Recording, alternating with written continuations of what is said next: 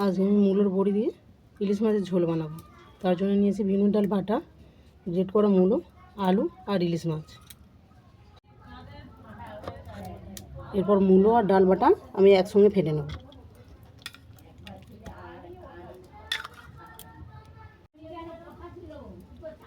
এতে দেবো কাঁচা লঙ্কা বাটা, আদা বাটা, সাদা জিরে। শীতের বড়িতে যা যা উপকরণ দেওয়া হয় সব কিছু আমি এর মধ্যে দিয়েছি। দিয়ে এবার এটা ভালো করে আমি ফেটে নেব। আমি যেহেতু মূলোর বড়িটা সদ্য বানাচ্ছি, আমি এতে অল্প করে লবণ অ্যাড করব।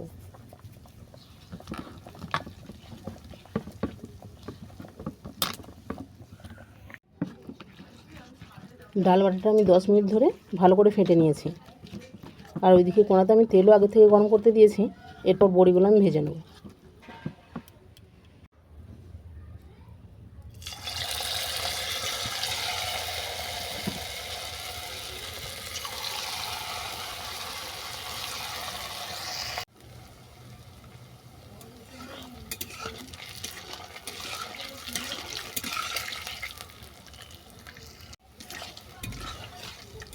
এটাকে মাঝারি আছে বেশ কড়া করে ভেজে নিতে হবে, যেন কুরকুরে ভাব আসে।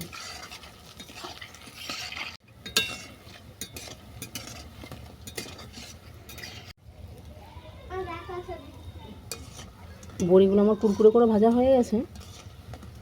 এরপর আমি তেল থেকে ছেঁকে তুলে নেব।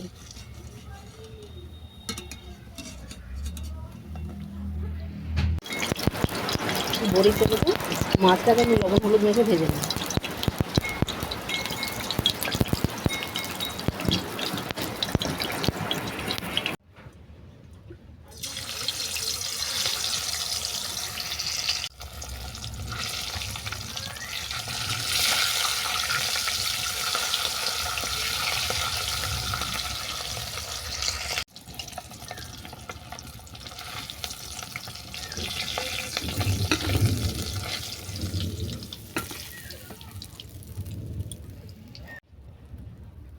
মাছের তেলেতে আমি ফোড়নগুলো ভেজে নেব। ফোড়নে দিলাম শুকনো লঙ্কা, তেজপাতা আর 5 ফোড়ন।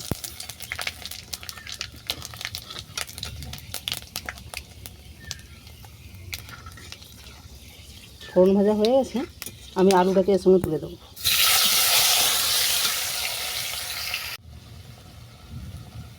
আলুর মধ্যে দেবো স্বাদ মতো লবণ,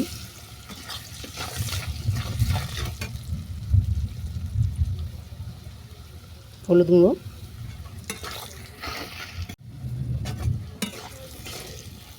আলুটা আমার বাদামি করে ভাজা হয়ে গেছে।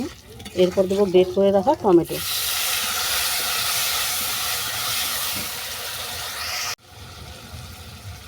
লঙ্কা গুঁড়ো,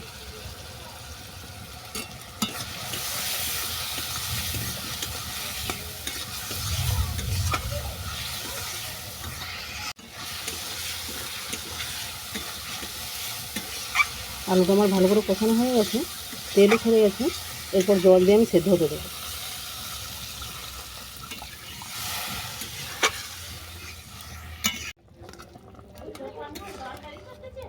আলু সেদ্ধ হয়ে গেছে। এবার ঝোল নামানোর 5 মিনিট আগে আমি দেবো বড়ি ভাজা,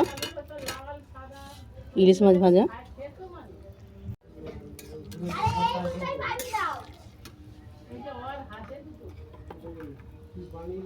আর সর্ষে বাটা।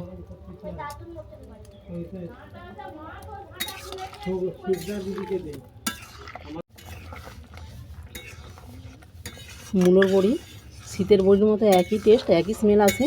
তবে তোমরা যদি ভাবো যে শীতের বড়ি যেমন কুরকুরে ভাব থাকে দীর্ঘক্ষণ, সেটা কিন্তু এতে পাবে না। ঝোলটা আমার হয়ে গেছে, এবার আমি নামিয়ে নেব।